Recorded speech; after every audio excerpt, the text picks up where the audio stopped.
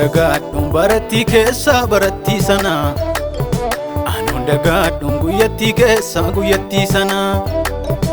Anondagadhun yerotti keessa yerotti sana.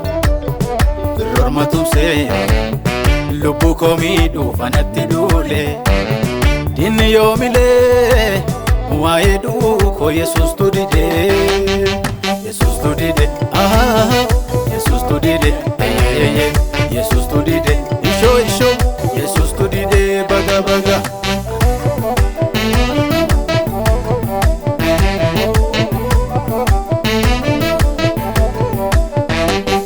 Halkanii guyyaa geengoo rakkinaa gidduu naanna'ee utuu wawwaadhu.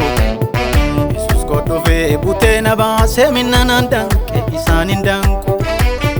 Geengoo rakkinaa gidduu naanna'ee halkaniif guyyaa utuu wawwaadhu. Yesuus koo dhufee butee na baasee minnaan danqe isaan hin danqu. Halkaniif guyyaa geengoo rakkinaa gidduu naanna'ee utuu wawwaadhu. Yesuus koo dhufee butee na baasee minnaan danqe isaan hin danqu.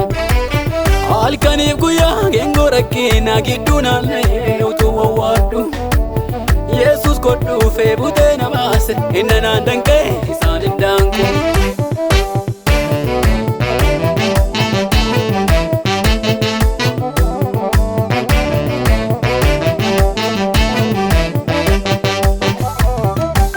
Rakkina sammuu koo caalee halkaniif guyyaatu na boosisu. Ani sirruu koo taa'ee lakkaa'eetu nobsa fixu. Yesuus koo dhufee mirruu koo guutee marra nan boona. Nan nufa jedhee akkamii Yesuus beellama oola. Tulluu rakkina sammuu koo caalee halkaniif guyyaatu na boosisu.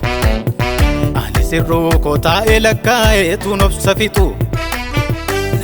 Yesuus sirruu koo guutee marra nan boona.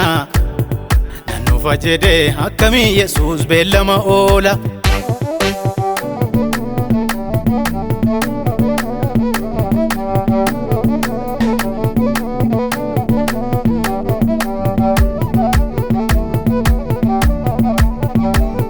Waan ani goone yeroo maqaan koo na hadheeffame.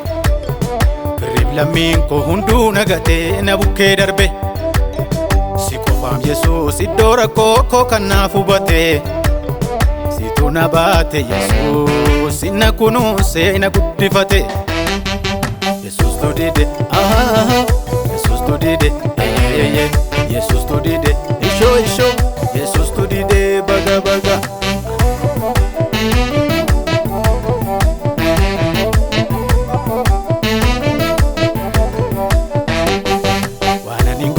Yeroo maqaan koo na hadheeffame.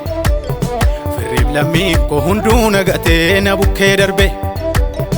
Si qofaam Yesuus iddoo rakkoo koo kan naaf hubate.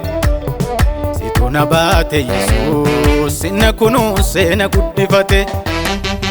Na guddifate na guddifate na guddifate. Isho na guddifate baga baga na guddifate.